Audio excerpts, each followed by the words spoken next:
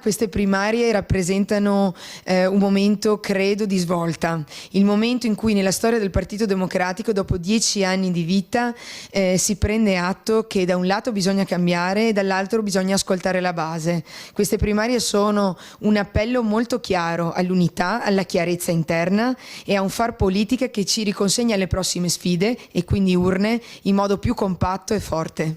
A proposito di sfide, il vostro avversario più avversario sicuro che ci sia è Salvini. Ha detto benissimo, bravi che siete andati alle primarie, ma rilevo solo che in 10 anni avete dimezzato i partecipanti.